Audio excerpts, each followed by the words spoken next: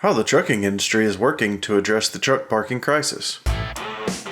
You're watching CCJ's 1044, a weekly webisode that brings you the latest trucking industry news and updates from the editors of CCJ. Don't forget to subscribe and hit the bell for notifications so you'll never miss an installment of 1044. Hey everybody, welcome back. I'm Jason Cannon and my co-host is Matt Cole. A lack of available truck parking has ranked as the number 2 concern for the trucking industry for the second year in a row in 2024. That's according to the American Transportation Research Institute. It was the number 1 issue among truck drivers. The obvious solution is to just build more truck parking spaces. But that, of course, is easier said than done. Building additional parking requires land and money, both of which can be difficult to come by. There are ways fleets can help address this issue for their drivers, though. When you have, I guess you could say, some larger companies, they might have the buying power to allow their drivers to reserve spots. That's one way to circumvent the lack of a trucking space, is calling ahead and reserving a spot. And some companies have those resources, some don't. Coming off of a really tough economic year for trucking, I wouldn't be surprised if some maybe didn't spend as much on that because they're looking to save some costs. But I think there's so many different levels of how truck parking can contribute to a solid day's driving.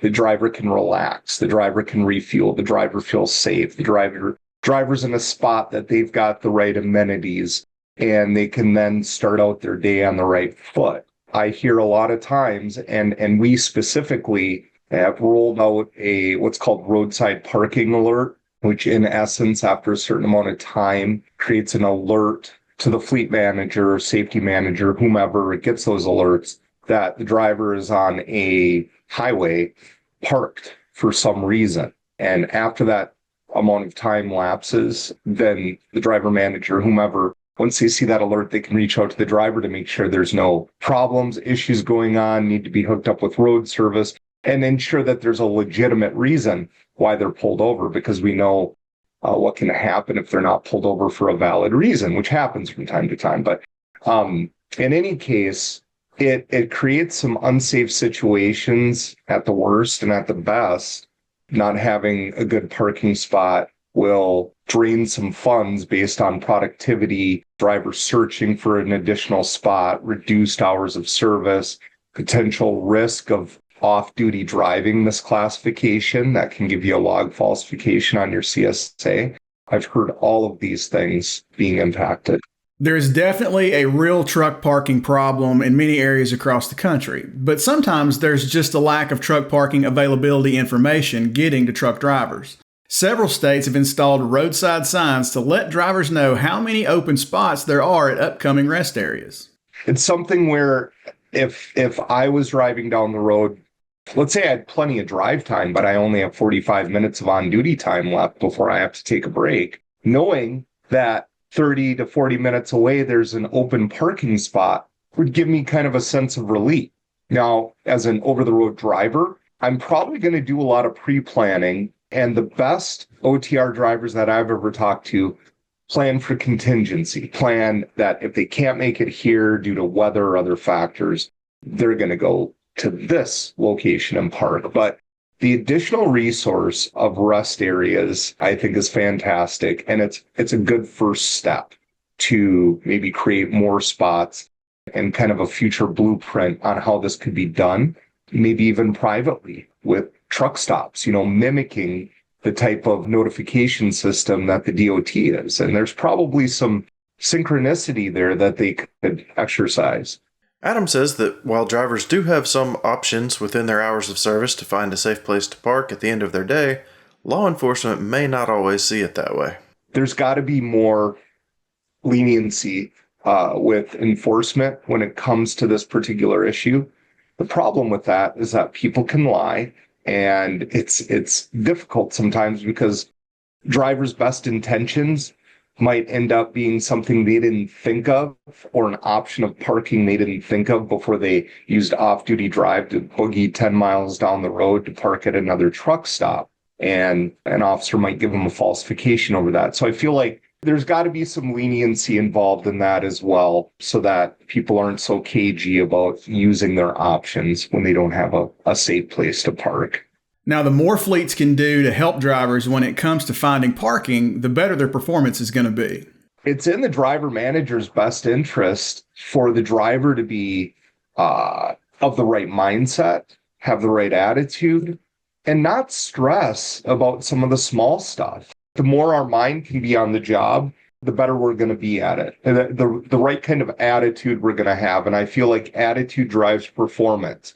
So if you're in a good state of mind, your abilities become more enhanced. If you're in a bad state of mind, you become distracted, you become upset, and you start suffering from something that I love. I heard this before. I don't know who coined this phrase, but stinking thinking.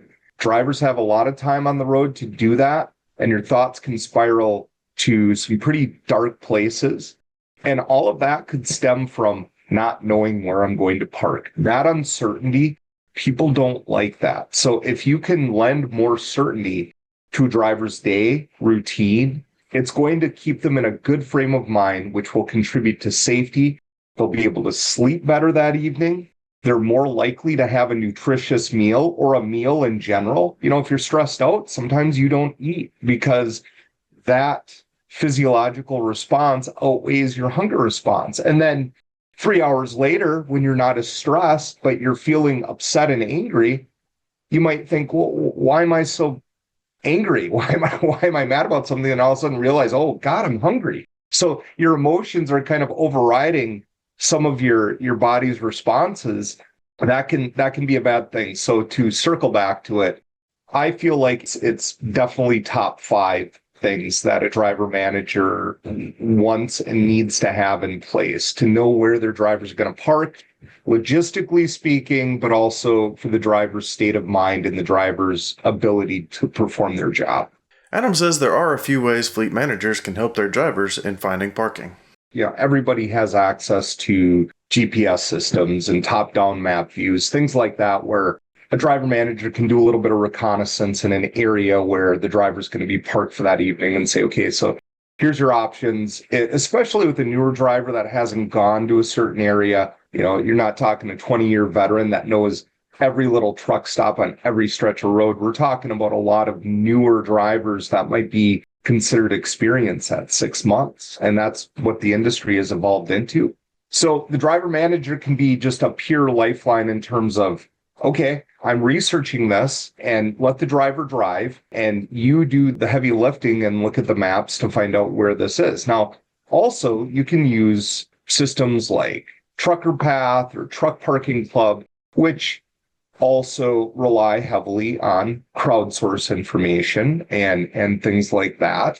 So I feel like, I don't know how you do it, but creating more sensors to tell if parking spots are available, making sure that things like snow or weather doesn't confound the system, or like a motorist pulls into a truck parking area in a rest stop instead of an actual truck, so that takes away a whole spot.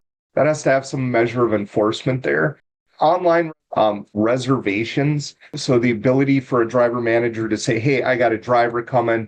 They call the Loves, the TA, the pilot, wherever, says, hey, my driver's going to be there around this time. I want to reserve them a spot. I'm going to pay for it so they don't have to worry about it. Things like that really lift a burden off the driver. Hey, don't worry about it. I got a parking spot all set up for you. That's really like concierge first-rate service. And in my opinion, drivers deserve that. And driver managers that do those types of things for their drivers, they're going to have higher retention rates too and higher satisfaction, which is win-win-win across the board. Better safety, better economic efficiency, better use of dollars, happier people. I mean, I don't see where that loses at all.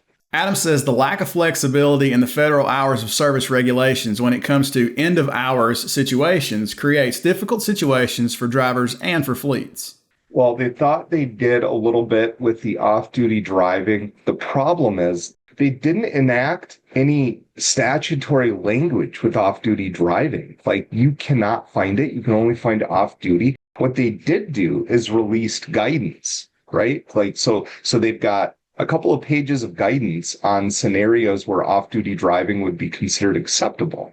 But then you have how many thousands of enforcement officers, CMV inspectors, they could be highway patrol, they could be civilian inspectors, they could be county sheriff or city police, depending on where they're at and their training, might all be slightly different. And people are people. They're going to interpret things a little bit differently, right? And when you get violations like falsification, that hits hard. That hits your CSA, even for larger companies. That's painful. You're going to see a change the next month. And let's say your driver was right and you followed the guidance. Well, now you got to wait 2 to 3 months for the data queue process, right? Like, you're not given the benefit of the doubt. You're not presumed innocent with violations. You're presumed guilty. And you have to go through that data queue process to get it removed. And CSA is time-based, man. So if you get another legitimate falsification on top of that illegitimate falsification, all of a sudden you could be edging up to that threshold where FMCSA sends you a note saying, hey, you need to improve your hours of service. That's no win because, again, that's based on one person's interpretation of the rules of hours of service. And it's not fair in every circumstance. And they don't give the benefit of the doubt many times. They just slap you with a violation. That's it for this week's 1044. You can read more on ccjdigital.com. While you're there, sign up for our newsletter and stay up to date on the latest in trucking industry news and trends. If you have any questions or feedback, please let us know in the comments below. Don't forget to subscribe and hit the bell for notifications so you can catch us again next week.